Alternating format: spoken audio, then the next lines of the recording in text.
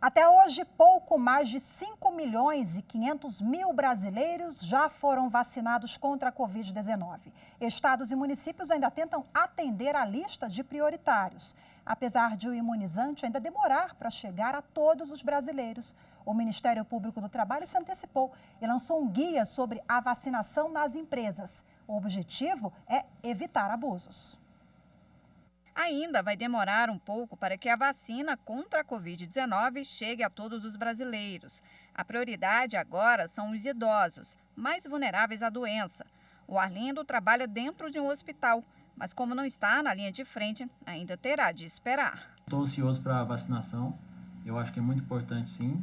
E como eu trabalho na parte operacional, inicialmente o pessoal que está na assistência, que são os médicos, os enfermeiros, os fisioterapeutas, vão ser vacinados primeiramente. E depois o pessoal da parte operacional.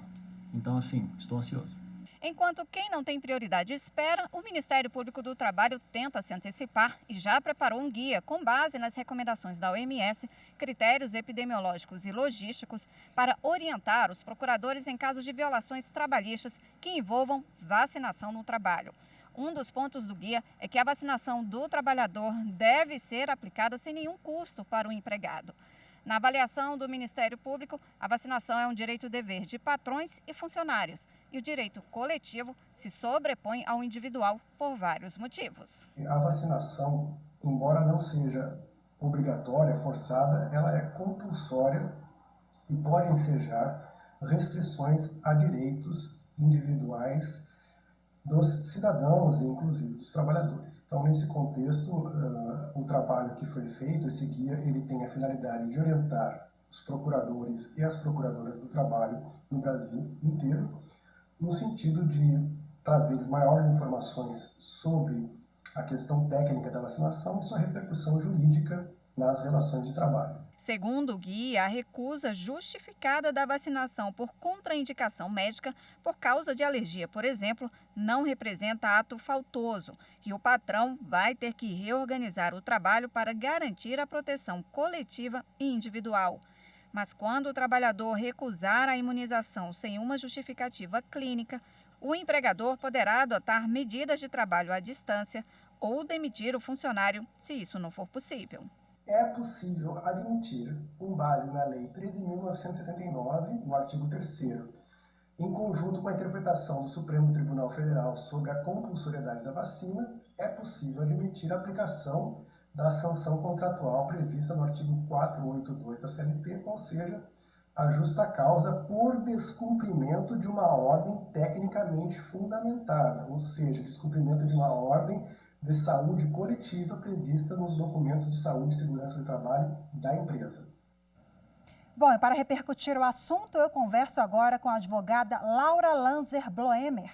Seja bem-vinda, boa tarde. Muito obrigada, boa tarde. Bom, com base na reportagem, nós observamos que esse assunto é um tema sensível que gera dúvidas ainda das duas partes, né? De algumas empresas, trabalhadores. Essa recomendação, essa cartilha, esse documento foi importante? Essa antecipação do Ministério Público, como é que a senhora avalia? Com certeza, porque as empresas estão numa situação de bastante dúvida agora de o que fazer, como lidar com esse assunto em relação aos empregados, e essa cartilha veio auxiliar justamente nisso, para fazer com que as empresas tenham um pouco mais de segurança nas medidas que elas podem e que elas devem tomar em relação à segurança e à saúde dos seus empregados. O que a senhora destaca em relação à obrigatoriedade da vacina?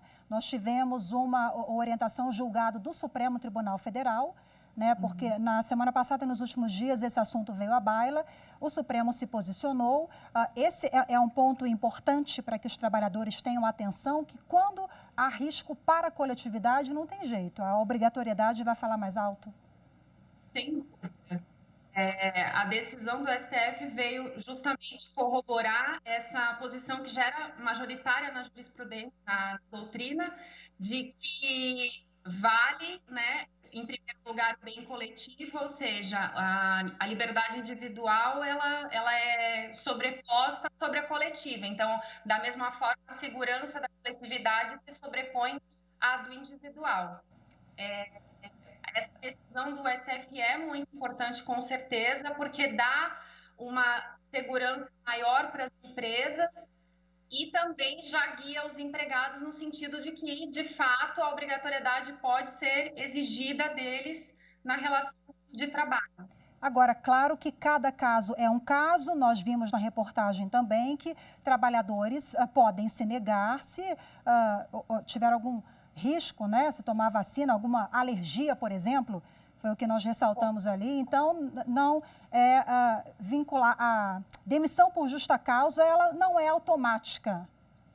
Não, ela não é automática. Cada caso ele vai ter que ser analisado bem criteriosamente pela empresa, ou seja, uma recusa injustificada é algo sério, né, com que o empregado tem que se preocupar. Mas se a recusa tiver uma justificativa, então a empresa tem que ficar atenta a analisar cada caso isoladamente para verificar qual o motivo da recusa e se ela é de fato injustificada ou se ela é justificada. Se for uma recusa justificada, a empresa vai ter que analisar a melhor forma de lidar com isso, por exemplo, no caso de um empregado que tem alergia a algum componente da vacina. Ampliando um pouquinho o assunto, se o trabalhador observar que a empresa não está atenta aos procedimentos, aos protocolos de segurança, esse trabalhador ele pode procurar quem, o que fazer? Bom, primeiramente a gente recomenda que ele procure seu superior hierárquico, o RH da empresa ou até a direção da empresa. E se esse caminho for ineficaz, então ele pode procurar o sindicato de classe, ele pode procurar até algum membro do Ministério Público do Trabalho, né? Buscar de fato uma forma de resolver para buscar a sua própria proteção. O direito do trabalho precisou se adaptar, né, a essas novas realidades, o judiciário, enfim, nós estamos, imagino que construindo ainda uma jurisprudência em torno do que certamente virá pela frente. Me refiro a litígios nesse ambiente corporativo. O que a senhora destaca em relação à saúde do trabalhador, a atenção que trabalhador e empresa devem ter? A empresa deve sempre prezar pela utilização dos equipamentos de proteção individual. No caso do coronavírus, com certeza, né, a máscara, que é obrigatória. Deve orientar os seus empregados tanto na utilização da máscara quanto do álcool em gel, todas as proteções, né, para que garanta a saúde de todos os empregados, porque isso é uma responsabilidade da empresa. O empregado deve prezar pela sua própria saúde, utilizando os equipamentos de proteção, utilizando os meios que a empresa disponibilize para ele de garantir a saúde de todos. E para que a gente mantenha a maior quantidade de empregos, porque com certeza não é a intenção das empresas perder nenhum empregado em razão de vacinação ou de proteção individual, né? Acho que cada um tem que fazer a sua parte, né, doutora? Com certeza. Muito obrigada pela sua participação mais uma vez. Boa tarde. Eu que agradeço. Boa tarde.